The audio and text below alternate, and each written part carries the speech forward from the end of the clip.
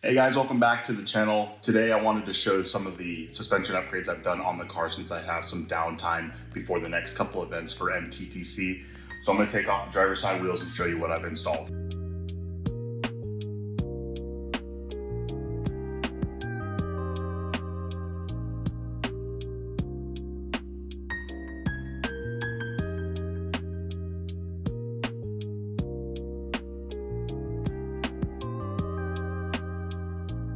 Okay, so starting with the rear, I replaced my previous end links with the new set of Supermiata end links. I also purchased the SPL Eccentric lockout kit for the camber arm, and then up here is going to be for the toe arm. Now I was able to use these because of my adjustable control arms. You can't really utilize this set with the stock arms because you need the Eccentric to give you the camber or toe. The last but most important part that I've replaced is the spring setup on the rear Zeta coilover. This is going to be a 650-pound spring, which roughly equates to 11.5K, which is updated from the original 9K setup that I originally installed on the car. So I was battling a little bit of body control issues, plus the addition of the rear aero. I felt the car was a little too much, had too much body roll, at least specifically in the rear. Mainly that's my own fault for the bar setup that I ran. Again, this is a stock RX-8 yellow dot bar. I have RX-8 front and rear, so I'm on a stock bar setup essentially, but I wanted to tune my car for the aero with spring rate rather than trying to control that body control with the sway bars. This setup should be good. I'm hoping that it's not going to become too like skittish on the track. We will definitely see once I get there, but my initial reactions driving on the street, etc., have been good. I don't have excessive body roll, anything like that. So I did have to mess with the dampening a little bit because it was too quote unquote soft, i.e. it got really bouncy. So I stiffened up the shocks. So now everything's kind of controlled and it feels really good on the street. So I will have to play around with the dampening once I get to the track, but right now it's a pretty neutral setup. So when I go to the track, I can start making adjustments. So moving into the front of the car, I of course have new Supermiata end links, a lot of orange underneath the car.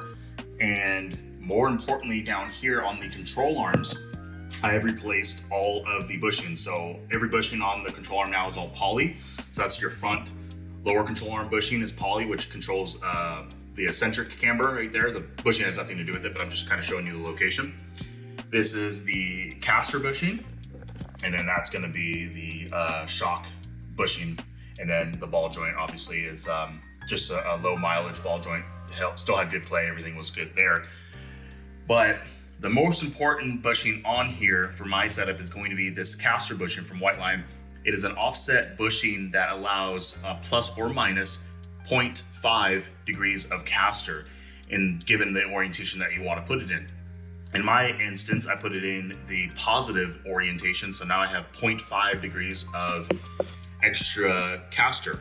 The caster bushing is really awesome from Whiteline being that offset, because with my ride height, I wasn't able to get the caster number I wanted to previously when I had the stock control arm set up, the stock bushings. And I had to dial in a lot of camber to get that caster. So now I dialed back the static camber because I have that caster number that I've been wanting to reach with the ride height that I have.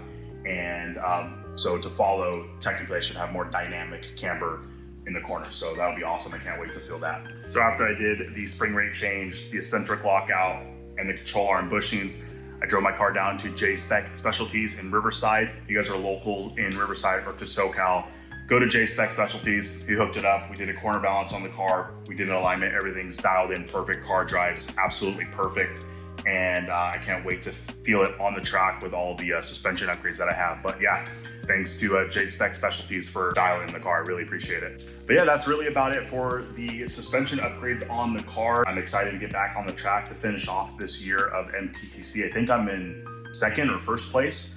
I don't know. I haven't looked at the standings in a while since we had such a long break, but I'm hoping to end the season with possibly a first or a second place. I don't know. We'll see. We'll see how the rest of the events go. I have Streets of Willow coming up, Buttonwillow, and then Buttonwillow Circuit, which should be awesome because I haven't been to that track. So stay tuned for those videos. I just wanted to get on here and just do a quick little update for you guys. I will see you guys in the next video. Thanks for watching.